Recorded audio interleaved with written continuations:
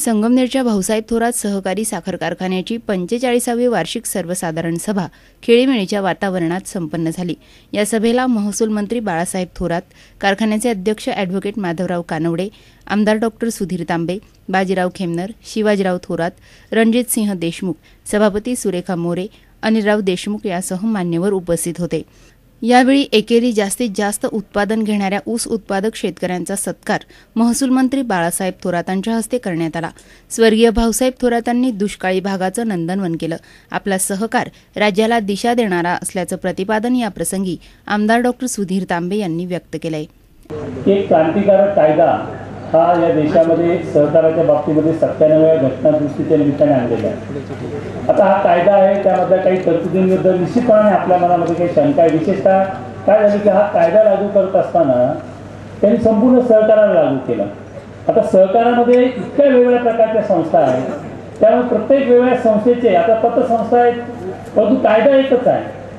तेव्हा निश्चितपणे याच्यावर विधिमंडळातही खूप चर्चा झाली। विधिमंडळामध्ये पुन्हा त्याच्यासाठी एक चिकित्सा समिती नेमण्यात आलेली आहे, तर त्याच्यावर खल चालू आहे। आपल्या मनामध्ये जे काही समस्या आहे तिथे आपले नेते आमदार बाळासाहेब थोरात निश्चितपणे त्याबद्दल आपल्याला खुलासा करणार आहे।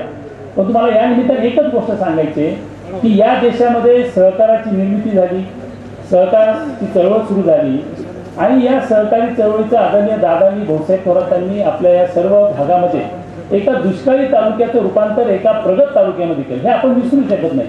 हे सगळं जे परिवर्तन झालेलं आहे ते सहकारी चळवळीमुळे झालेलं आहे आणि या सहकारी चळवळीच्या बाबतीमध्ये भविष्य काळामध्येचं भविष्य काय असणार आहे, माझ्या मते ही भविष्य काळामध्ये ही सहकारी चळवळ टिकली पाहिजे, ती अधिक मजबूत झाली पाहिजे आणि केंद्र शासनाने जो कायदा आता या ठिकाणी केलेला आहे तो कायदा ऍक्च्युअली लागू झालेला आहे। या प्रसंगी विविध गावोगावच्या सभासदांनी वार्षिक सभेत सूचना मांडल्या। या सर्व सभासदांच्या प्रश्नांना कारखान्याचे अध्यक्ष ॲडव्होकेट माधवराव कानवडे यांनी समर्पक उत्तरं दिली। आपल्या हद्दीतील ऊस आणून शेतकऱ्यांना जास्तीत जास्त भाव दिला, त्याचबरोबर बाहेरच्या शेतकऱ्यांचाही विश्वास जपण्याचं काम संचालक मंडळानं केलंय। त्यामुळे या सर्वांचं अभिनंदन महसूल मंत्री बाळासाहेब थोरात यांनी केलं।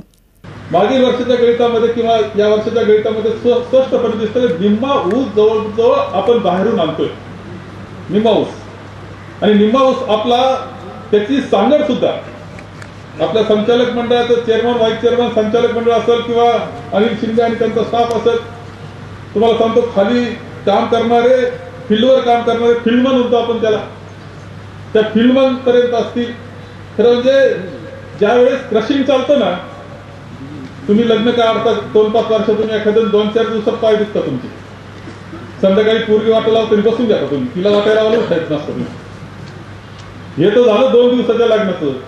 हे कार्य 6-7 महिने चालतं। तुम्हाला सांगतो इथलं कार्य असं आहे की 6-7 महिने चालतं आणि ते प्रत्येक गोष्टीचा निर्णय करावा लागतो, काळजीपूर्वक निर्णय करावा लागतो। चूक तरवडत नाही अशी परिस्थिती असते, संबंध चांगल्याशी सगळ्यांनी ठेवावा लागतात। परंतु ह्या सगळ्या पातळीला आणि रिझल्ट जे आहेत शेवटी आपले तांत्रिक रिझल्ट आहेत ते सुद्धा चांगले येतील याची काळजी घ्यावी लागते। ह्या सगळ्या पातळीला जीव काढून जर तुम्ही प्रयत्न करीत असतील, मनापासून काम करीत असतील, चांगला भाव देण्याचा प्रयत्न करीत असतील तर त्याचं कौतुकच केलं पाहिजे असं माझं मत आहे।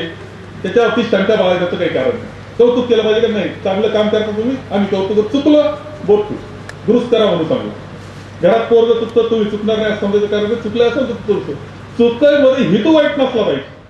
या प्रसंगी कार्यकारी संचालक अनिल शिंदे, सेक्रेटरी JB घुगरकर, नानासाहेब शिंदे, लहानुभाऊ गुंजाळ, लता गायकर यांसह मान्यवर उपस्थित होते।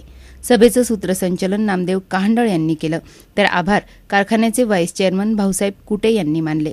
या वार्षिक सर्वसाधारण सभेला सभासद, ऊस उत्पादक शेतकरी मोठ्या संख्येनं उपस्थित होते।